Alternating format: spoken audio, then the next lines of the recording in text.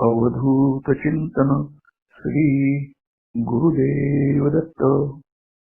हरि ओम। આપણે સંત ચરિત્રો પૈકી પૂજ્ય શ્રી મોટા એમનું જીવન ચરિત્ર શ્રવણ કરી રહ્યા છે અને ગત પ્રવચનમાં તેમનો જન્મ થયો સાવલી ગામમાં, જે વડોદરા જિલ્લાનું ગામ છે. નાનપણમાં તેમના આંગણે એક બ્રાહ્મણ આવીને આ બાળકનું ભવિષ્ય કથન કરી ગયો કે આ બાળક મોટો થતા મહાન વ્યક્તિ બનશે, કાં તો પછી મહાન સંત બનશે. મહાન સંત બને, પરંતુ એમણે કેટલી કઠોર કસોટીઓનો સામનો કરવો પડતો હોય છે. તો એ રીતથી એક તો ગરીબ કુટુંબમાં જન્મ થયો, એ વિશે આપણે શ્રવણ કરીશું. સાવલી ગામમાં તેમનો જન્મ થયો હતો, પણ સાવલી છોડીને સમગ્ર કુટુંબને કાલોલમાં પ્રસ્થાન કરવાની જરૂર થઈ, એ વિશે આપણે શ્રવણ કરીશું. તો પૂજ્ય શ્રી મોટાનો જન્મ થયો સાવલી ગામમાં, અને સાવલી ગામમાં એમની પાસે આમ તો મોટું ઘર હતું, અને પૂજ્ય શ્રી મોટાના જે દાદા હતા, તો તેમના નિધન પછી પેઢીનો જે વહીવટ થવો જોઈએ એ યોગ્ય રીતે ન થયો, અને ઘર મોટું દેખાય પરંતુ અંદરથી તો જાણે એકદમ સામાન્ય પરિસ્થિતિ. કેમ કરીને સવાર સાંજ પોતાનું પેટ ભરવાનું તે પણ તેમને મુશ્કેલ થતું હતું, અને વર્ષમાં ફક્ત એક જ વખત જાડા અને સામાન્ય કપડા તેમને પહેરવા માટે મળતા હતા. આ રીતથી તેમનો સંસાર અને સંસારની રેટ ચાલી રહી હતી, અને છેવટે તો એકદમ પરિસ્થિતિ વણસી છે. અને જે લોકો દેણદાર હતા અને લેણદાર હતા, તો દેણદારોએ તો કઈ પૈસા અમને આપ્યા નહીં, અને લેણદારોના ટકાદા રોજના રોજ થવા લાગ્યા. આથી આશારામજી પ્રામાણિક હતા, આથી તેમણે સાવલીનું ઘર અને કપડાના જેટલા પણ પોટલા વગેરે હતા એ બધા સુપ્રત કરીને તેમણે બીજે જવા માટે નિર્ણય લીધો છે. સાવલી ગામ છોડીને તેઓ પંચમહાલ જિલ્લાના કાલોલ ગામે રહેવાનું નક્કી કર્યું છે, અને સમગ્ર કુટુંબ સાથે તેમણે આ રીતથી સ્થળાંતર કર્યું છે. તો કાલોલમાં તેમની પાસે એક જ ઓરડી હતી, અને તેને લાગીને એક ઓસરી હતી. એ ઘર એમણે સ્વીકારવું પડ્યું છે. ઘર તેમનું મોચીવાડમાં હતું, અને ત્યાં રહેનારા માણસો એક તો અશિક્ષિત, દારૂ પીનારા અને અપશબ્દો અને ગાળો બોલનારા અસંસ્કારી લોકો હતા. આવા માણસો તેમની અડોશ પડોશમાં હતા. તો પણ તેઓ જાતે ભાવસાર જ્ઞાતિના હોવાથી આશારામજી ભગતનું કુટુંબ પોતાના સંસ્કાર એ ટકાવી રાખ્યું હતું.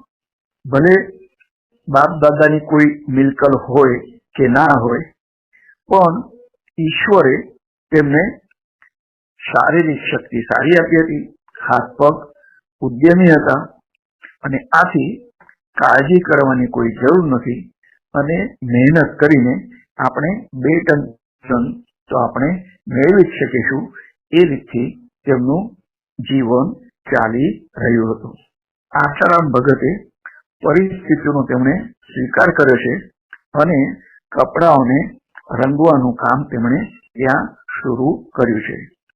પૂજ્ય શ્રી મોટાના માતાજી તેઓ પણ જે પણ કંઈ કામ મળે, તો દળનું છે, પાણી ભરવું છે, અને અનાજ ને સાફ સુથરીનું કામ, આ બધા કામ તેઓ કરતા હતા. અને જે પણ કંઈ અલ્પ મહેનતાનું તેમને મળે તો એ મહેનતાણાથી ઘરનું ગાડું આગળ જઈ રહ્યું હતું.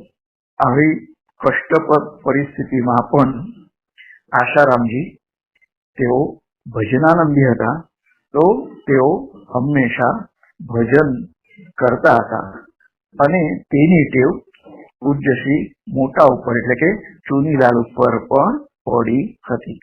તો જે કઠોર મજૂરી પૂજ્ય શ્રી મોટાને બાળપણમાં કરવી પડી હતી તે આપણે શ્રવણ કરીને આપણી આંખમાંથી તો આંસુ જ આવે એવી તેમણે ખડતર મજૂરી કરી હતી. ચુનીલાલ નાનો હતો છતાં ઘરની પરિસ્થિતિ તેણે જોઈ અને માતા અને પિતા તેઓ પુષ્કળ પરિશ્રમ કરતા હતા, છતાં પણ ઘરનો ખર્ચ કાઢવો મુશ્કેલ બન્યો હતો. તેના બાળ મનમાં એમ થયું કે આપણે પણ કંઈક ઉદ્યમ કરીને આ કુટુંબને મદદરૂપ થઈએ અને તેના માટે જે પણ કોઈ કામ આવે તો તે કામ કરવા માટે ચુનીલાલની તૈયારી હતી. તો આ નિર્ણય લીધા પછી તે કામની શોધમાં રહેવા લાગ્યા છે. તો તેમને ખબર પડતી કે ઈંટના ભઠ્ઠાઓ હોય છે તો ત્યાં તેમને કામ મળશે. તો તરત જ તે કિશોર વયના હોવા છતાં પણ તે ઈંટના ભઠ્ઠાવાળા પાસે ગયા છે અને ઈંટના ભઠ્ઠાના માલિક પાસે જઈને તેઓ ઉભા રહ્યા છે. તે ઈંટના ભઠ્ઠાના માલિકે આને પૂછ્યું કે એ છોકરા તારે શું જોઈએ છે? તો ત્યારે ચુનીલાલે કહ્યું કે શેઠજી, હું કામની શોધમાં છું, મને તમે આ ઈંટના ભઠ્ઠામાં કામ પર રાખી લો. આટલા નાની ઉંમરનું અને તે આ ઈંટના ભઠ્ઠામાં કામ કરી શકે? તેઓ વિચાર કરવા લાગ્યા અને તેમને તો વિશ્વાસ જ બેસતો ન હતો. આથી શંકિત મનથી તેઓ પૂછવા લાગ્યા કે તું છે તો આટલો નાનો, તો શું આ ગરમ ગરમ ઈંટો ઉંચકીને વ્યવસ્થિત ગોઠવી શકીશ? તો આત્મવિશ્વાસથી ચુનીલાલે કહ્યું કે ચોક્કસ હું એને ઉંચકી શકીશ. અને ઈંટના ભઠ્ઠાના માલિકને કંઈક યોગ્ય લાગ્યું હશે, આથી તેમણે કહ્યું કે સારું, તો તું પણ જે ઈંટો ગોઠવે છે તો તેમાં તું મદદ કર. ઈંટના ભઠ્ઠાના માલિકે તેમને સ્વીકૃતિ આપી છે. કામ મળવાથી ચુનીલાલને પુષ્કળ આનંદ થયો છે અને ઈંટના ભઠ્ઠા પાસે જઈને તે ઈંટો ઉંચકીને ટ્રકમાં મૂકવા લાગ્યો છે અને ગરમ ગરમ ઈંટો હોવા છતાં પણ તેના મોઢાથી કોઈ પણ ચીસ વગેરે નીકળી નથી. અને સમગ્ર દિવસ આવું કામ કર્યા પછી સાંજે ઈંટના ભઠ્ઠાના માલિકે તેને મજૂરી પ્રમાણે પૈસા આપી દીધા છે. તો તે નાનો હોવા છતાં પણ મોટા માણસને જેટલું કામ કરતો હતો, છતાં તે બાળક હોવાથી તેને અડધી જ મજૂરી આપવામાં આવતી હતી. અને બપોરે શેઠ દ્વારા જે રોટલા ભોજન માટે આપવામાં આવતા હતા, તો આ ચુનીલાલને નાનો હોવાથી એને ફક્ત એક જ રોટલો આપવામાં આવતો હતો. અને છતાં પણ સ્વકષ્ટથી એને પહેલા દિવસની જે મહેનતાણું મળ્યું તે તેણે આનંદથી પોતાની માતાના હાથમાં મૂકી છે. જે મહેનતાણું સુરજબાના હાથમાં તેણે મૂક્યું, સુરજબાના આંખોમાંથી પાણી પડ્યું છે કે જે નાની ઉંમરમાં બાળકોએ રમત રમવી જોઈએ અને મજા કરવી જોઈએ, એને બદલે આ બાળક ગરમ ગરમ ઈંટો ઉંચકીને ઘરની આર્થિક સ્થિતિ સુધારવા માટે મદદ કરી રહ્યો છે. અને આમ પણ કુટુંબને તો પૈસાની જરૂરત હતી જ, તેમને માટે તો સમગ્ર આકાશ ફાટી ગયેલું હતું અને ગમે તે રીતથી તેને થીગડા મારીએ તો પણ એમાં ઘણા બધા મોટા કાણા હતા. આંસુને લૂછીને માતાજીએ એ લાડકા ચુનીલાલને છાતી સરસો ચાપે છે અને તેઓ આખો દિવસ કામ કરવાથી તેને પણ નિદ્રા આવી ગઈ છે. તો આ જ પ્રકારે દિવસ ઉપર દિવસ એમ રીતથી પસાર થતા હતા. એક દિવસ ચુનીલાલને કોઈએ કહ્યું કે અરે ચુનીલાલ, તું કામની શોધમાં છે ને, તો બજારમાં જા અને એક કડિયો છે તો તેને કામમાં મદદ કરવા માટે મજૂરની જરૂર છે. ચુનીલાલ તરત જ તે કડિયા પાસે ગયો છે અને તેણે વિનંતી કરી કે મને તું કામ પર રાખી લે. તો કડિયાને આમ જ નાના છોકરાની જરૂર હતી, જેથી તેને અડધું મહેનતાણું આપી શકે અને બાંધકામના કામ માટે આ રીતે ચુનીલાલ કડિયાના મદદગાર તરીકે, મજૂર તરીકે ત્યાં ગયા છે. તો કડિયા કામમાં ઈંટોને જે વ્યવસ્થિત ગોઠવવાના, ઢગલા બનાવવાના અને જે માલ બનાવવાનો સિમેન્ટ રેતીનો અને તગારા ભરી ભરીને એ કડિયાને આપવાનું. એક જ વખત જોઈ જઈને ચુનીલાલ એ બધું કામ શીખી ગયો છે અને કડિયાને મદદરૂપ થયો છે. ચુનીલાલની હોશિયારી જોઈને એ કડિયાને પણ આનંદ થયો છે અને આ રીતથી રોજ મહેનત પ્રમાણે એને એનું મહેનતાણું ચૂકવી દીધું છે. મહેનતાણું આપતી વખતે તેણે કહ્યું કે છોકરા, તું આવતીકાલે પણ આવજે. અને ચુનીલાલે પણ હા, હું અવશ્ય આવીશ એમ કહ્યું છે. આ રીતથી તેને પણ પૈસાની જરૂર હતી કુટુંબને મદદરૂપ થવા માટે. તો બીજા દિવસે પણ તે કડિયાની મદદ માટે ગયો છે અને આમ થોડા દિવસ ચાલ્યું છે. તો જ્યાં સુધી કડિયાની જરૂર હતી ત્યાં સુધી ચુનીલાલ એની મદદ માટે ગયો છે. પછી જ્યારે કપાસની મોસમ આવી તો ત્યારે ખેતરમાં કપાસના જીંડવા એ ચૂંટવા માટે ઘણા મજૂરોની જરૂર હોય છે. આ જે કપાસના જીંડવા છે અને તેની અંદર આટલો બધો સફેદ તાંતણાયુક્ત રેસાઓ ઈશ્વરે કેવી રીતે અંદર મૂક્યા હશે, તો તેનું આ બાળ ચુનીલાલને આશ્ચર્ય થતું હતું. અને ઈશ્વરની સૃષ્ટિમાં આવી ઘણી બધી વાતો છે, તો તેનો તે વિચાર કરતો હતો અને તે જીંડવા ચૂંટીને પોતાની પીઠ ઉપર જે પોટલું હતું એ પોટલામાં જમા કરીને તેનો તે ઢગલો કરતો અને આ રીતથી દિવસભરમાં જેટલા પણ ભેગા થાય તો તે પ્રમાણે મજૂરી મળતી હતી.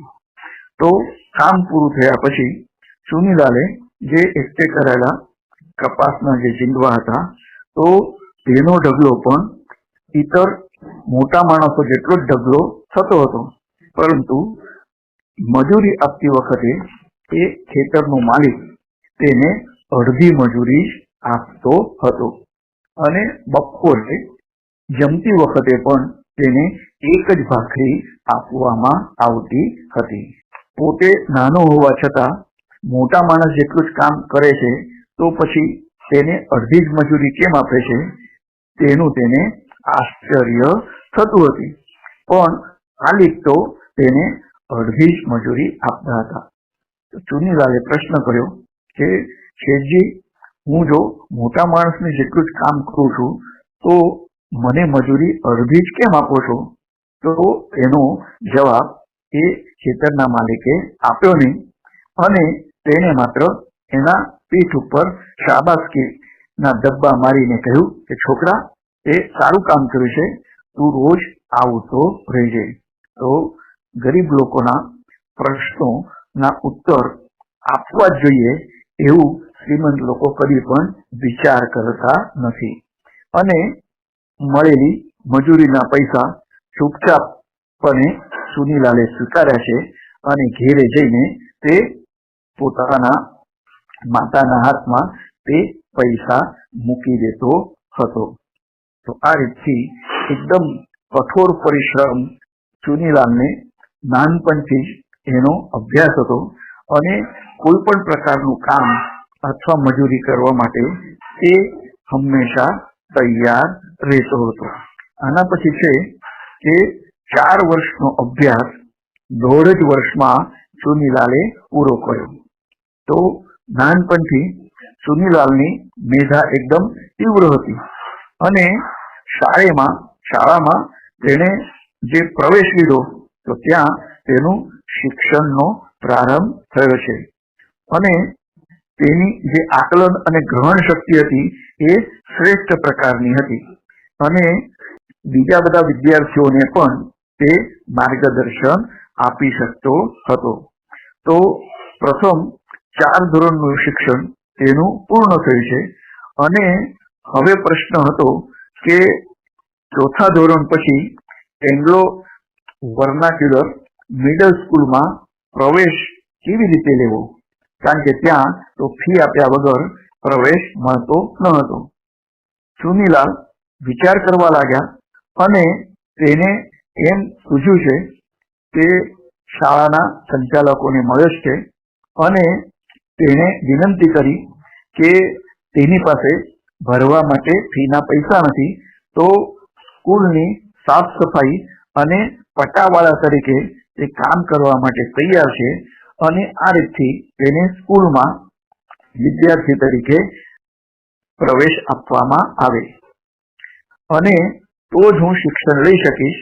તો આ રીતથી આંખોમાં આંસુ સાથે તે શાળાના સંચાલકોને મળ્યું છે અને સંચાલકોને પણ દયા આવી છે અને તેમણે ચુનીલાલને પટ્ટાવાળા તરીકે રાખીને આ રીતથી સ્કૂલમાં પણ પ્રવેશ આપ્યો છે. તો સ્કૂલમાં પ્રવેશ લીધા પછી ચુનીલાલના ધ્યાનમાં આવ્યું છે કે અત્યારે આપણી જેટલી ગ્રહણ શક્તિ છે અને જો આપણે મહેનત કરીએ તો 4 વર્ષનો અભ્યાસ આપણે એના પહેલા જ પૂરો કરી શકીએ છીએ અને તેણે તે રીતથી અભ્યાસ કરવાની શરૂઆત કરી અને 4 વર્ષનો અભ્યાસ તેને 1.5 વર્ષમાં જ પૂરો કર્યો છે. પરંતુ તેની પરીક્ષા પણ લેવામાં આવવી જોઈએ તો જ એને સર્ટિફિકેટ મળે. આથી તેણે સ્કૂલના હેડમાસ્ટરને મળીને વિનંતી કરી કે 4 વર્ષનો અભ્યાસક્રમ મેં 1.5 વર્ષમાં પૂર્ણ કર્યો છે, તો મારી પરીક્ષા લેવામાં આવે. તો હેડમાસ્ટરે તેને કહ્યું કે તું અભ્યાસ કરે છે યોગ્ય રીતે, તેનો મને આનંદ જ છે, પરંતુ 4 વર્ષની પરીક્ષા એકી સાથે લેવાનો મને કોઈ પણ અધિકાર નથી.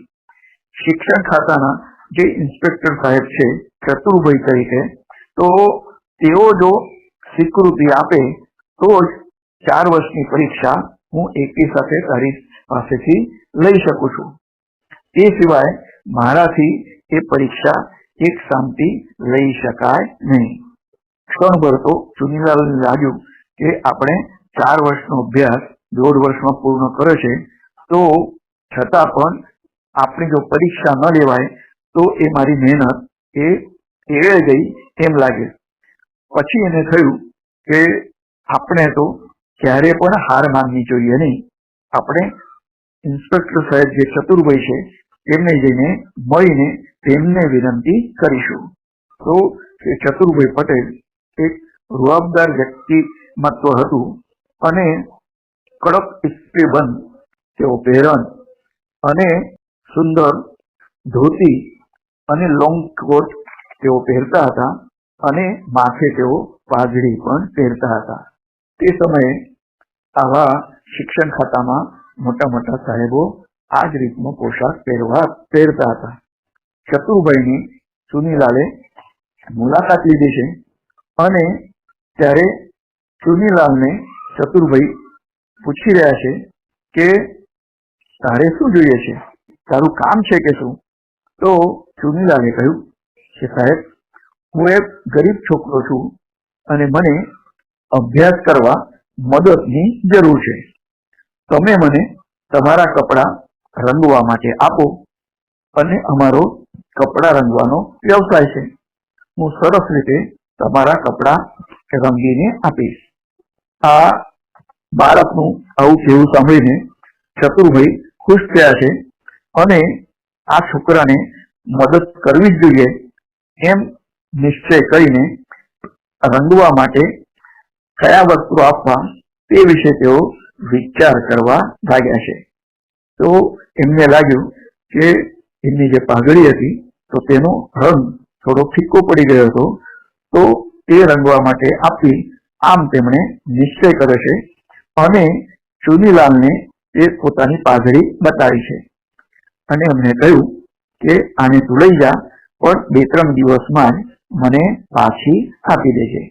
તો ચુનીલાલે હા કહીને એ પાઘડી પોતાની સાથે લઈ ગયો છે અને 2-3 દિવસમાં એને રંગીને તે ચતુરભાઈ સાહેબને આપવા માટે ગયો છે.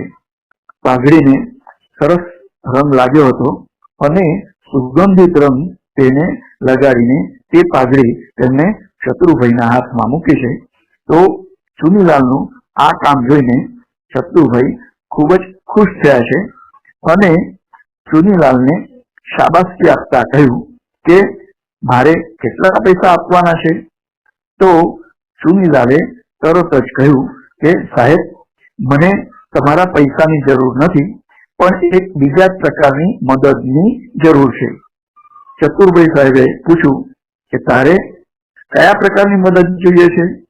તો ત્યારે ચુનીલાલે કહ્યું કે સાહેબ, હું એંગ્લો વર્નાક્યુલર મિડલ સ્કૂલમાં અભ્યાસ કરું છું અને ત્યાંના 4 વર્ષનો અભ્યાસક્રમ મેં 1.5 વર્ષમાં જ પૂરો કર્યો છે. તો આ 4 વર્ષની પરીક્ષા એક સાથે લેવા માટે તમે અમારા હેડમાસ્ટર સાહેબને પરવાનગી આપો, તો મારું 2.5 વર્ષનો અભ્યાસ આ રીતથી બચી જશે. તો મારી તમને આ જ એક વિનંતી છે. તો ચતુરભાઈ પ્રસન્નતાથી બોલ્યા કે અરે આટલું જ ને, જા તારું કામ થઈ ગયું એમ જ સમજ. અને આશ્વાસન આપતા તેમણે કહ્યું કે તું હવે સ્કૂલમાં જા, હું ઇન્સ્પેક્શનમાં આવીશ ત્યારે તારા હેડમાસ્ટરને તે પ્રમાણે કહીશ. ચુનીલાલને આનંદ થયો છે અને એ પોતાના ઘેર આવ્યો છે.